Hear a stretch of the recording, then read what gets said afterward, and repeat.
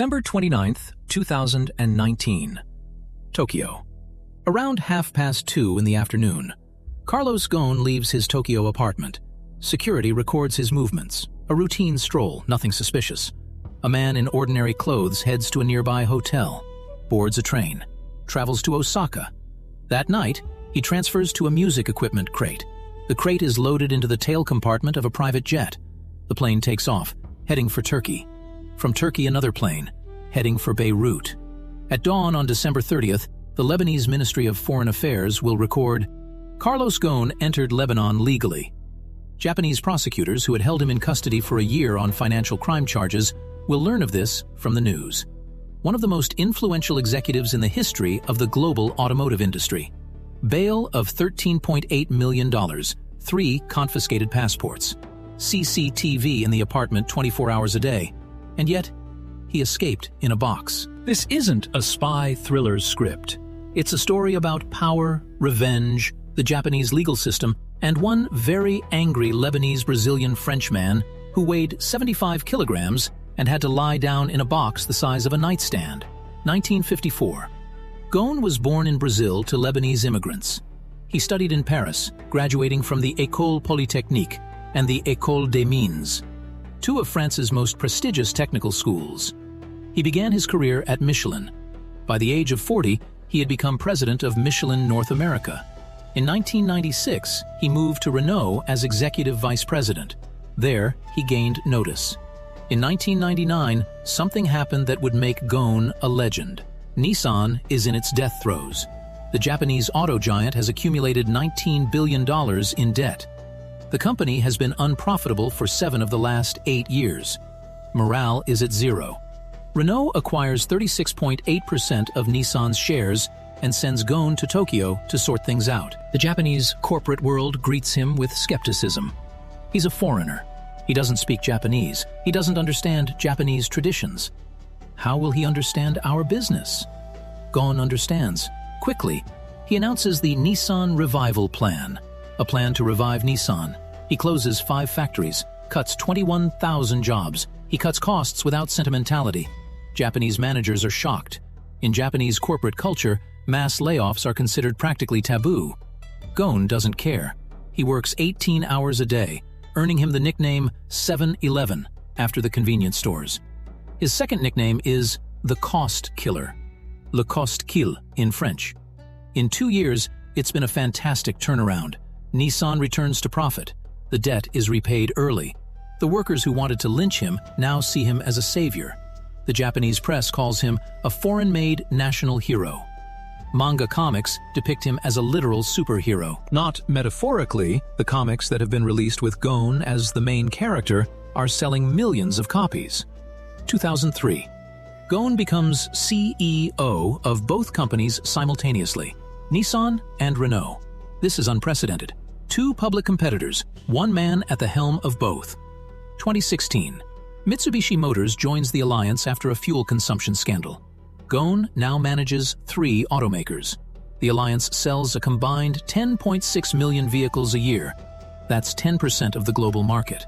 Under his leadership, Nissan launches the Leaf, the first mass-market affordable electric car in history. He is invited to meetings with presidents and prime ministers. He gives interviews in 3 languages.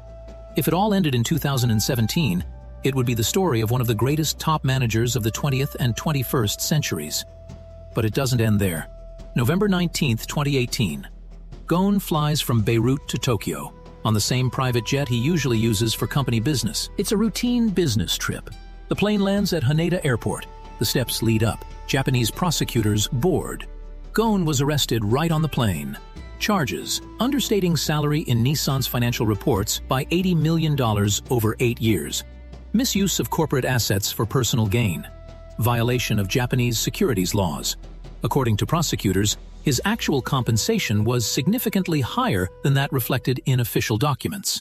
Specific accusations include the use of corporate funds for personal expenses.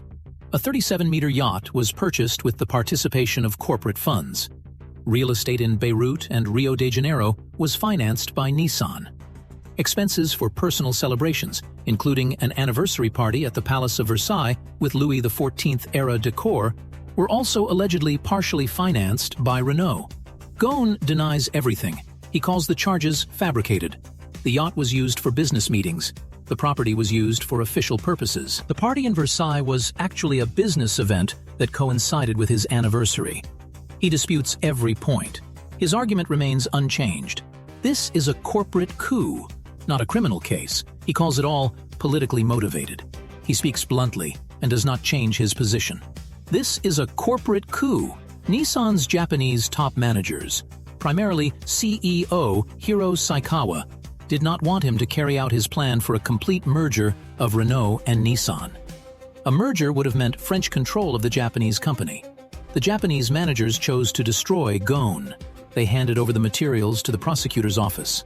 And while Ghosn was in custody, they announced changes to the management structure. A detail would later emerge that made this version more convincing. In 1920, Hiro Saikawa, the very man who had organized the tip-off to prosecutors, was fired. It was discovered that he himself had committed irregularities in his compensation structure. Exactly the same kind of violations Ghosn was accused of.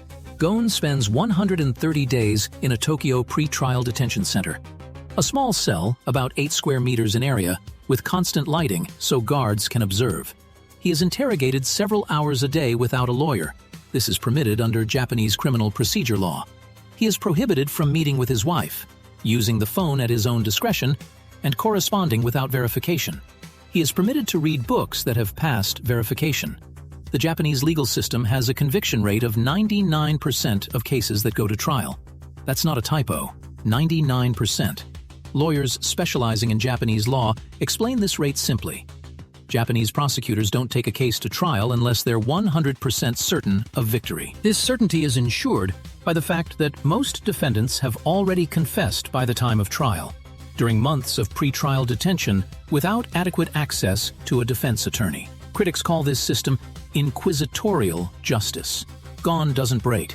He doesn't confess. He hires the best lawyers. He demands concrete evidence.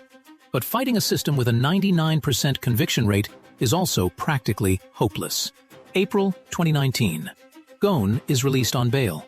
1.5 billion yen, $13.8 million. The conditions: remain in Japan.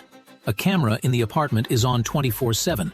No travel, no free internet, no unrecorded calls. Meetings with his wife Carol are only at certain times and under surveillance. Carol will subsequently leave Japan before he escapes. Japanese prosecutors will accuse her of perjury. A warrant for her arrest was issued in January 2020. She is in France. Ghosn is sitting in his Tokyo apartment, awaiting his trial, scheduled for 2020. His Japanese lawyers are working on his defense.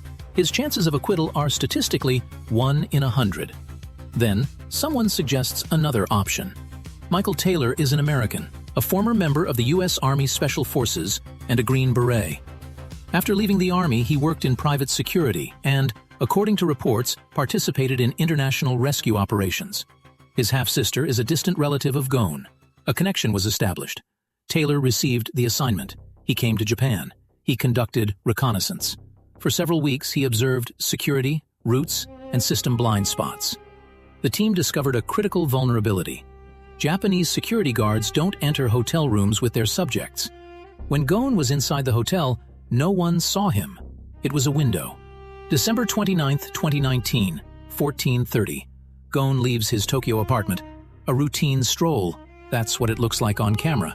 He meets 2 people at a nearby hotel. He changes clothes. The 3 of them leave through a side exit. They board the Shinkansen, Japan's bullet train, at Shinagawa Station, heading for Osaka. 4 hours at 300 kilometers per hour. Around 10 p.m., they arrive at a hotel near Kansai International Airport. Michael Taylor and his 28-year-old son, Peter, who introduced themselves as musicians, are waiting there. They've brought equipment, including a large black box, the kind used to transport speakers or professional audio equipment to concerts. Ghosn climbs inside. Later, in an interview, he would say of this moment, "When you're in the box, you don't think about the past. You don't think about the future. You only think about what's happening right now." The crate is loaded onto a trolley and transported through the airport terminal. The private jet terminal has special screening rules. Cargo screening is less thorough than passenger screening. The Taylors transport the crate as musical equipment. The crate is loaded into the tail section of the plane, a Bombardier Global Express, a long-range business jet. The crew is informed of its contents. About an hour and a half after Ghosn climbs into the crate, the plane takes off. Course, Istanbul. A layover in Istanbul, another private jet, heading to Beirut. At dawn on December 30th, the plane lands in the Lebanese capital. The Lebanese Ministry of Foreign Affairs processes the entry. It's official. Lebanese citizen Carlos Ghosn has arrived in his homeland. A few hours later, Japanese prosecutors learned of this from the news. They searched Ghosn's Tokyo apartment. It contained a cell, empty rooms, and lawyers who denied knowing anything. Hironaka, the Japanese lawyer who handled his case, told the press, "This was a complete surprise to me." 8 lawyers on Ghosn's team immediately resigned. The Tokyo court revokes the bail and issues an arrest warrant. Interpol issues a red notice for Ghosn. It's all pointless. Lebanon doesn't extradite its citizens. There's no extradition treaty between Japan and Lebanon. The Taylors are less fortunate. In May 2020, American federal agents arrest Michael and Peter Taylor in Massachusetts. Their government negotiates extradition to Japan despite public objections from their lawyers, who warn of the risk of an unfair trial. In March 2021, the Taylors arrive in Tokyo. Trial. Guilty. Michael receives 2 years in prison. Peter, 1 year and 8 months. For what exactly? For assisting a criminal in the escape. After serving their sentences in Japan, both returned to their homeland in November 2022. Michael Taylor would later give an interview and say, "Ghosn betrayed him. During the entire time he and his son were imprisoned in Japan, Ghosn never called, never wrote, never helped with lawyers' fees." The Taylors' legal bills amounted to over $1 million. He sold the rights to the story to MGM Studios. Sam Rockwell would play Michael Taylor, and Javier Bardem would play Carlos Ghosn. Both actors were Oscar winners. This was their only compensation. Ghosn lives in Beirut. He receives journalists and holds press conferences. In January 2020, shortly after his escape, he appeared publicly in front of cameras for the first time. In Beirut, surrounded by Lebanese flags. He spoke several languages. He was calm and focused. "I didn't flee justice," he said. "I fled injustice." He claimed that the Japanese system had been rigged against him and that he would gladly testify in any way, just not in Japan. The Japanese offered, "Let us hand over the case materials to the Lebanese authorities and they will prosecute you in Lebanon." Lebanon forwarded the request to Japan. "Send us the case, we will review it." Japan refused. Interpol periodically updates the red notice. Ghosn says he's ready for trial, just not in Japan. He meets with business partners and consults with companies. In 2023, he filed a $1 billion lawsuit against Nissan in a Lebanese court for defamation and fabrication of charges. In one of his last interviews in December 2024, he said, "I'll be in Lebanon for a while. A few years is a while."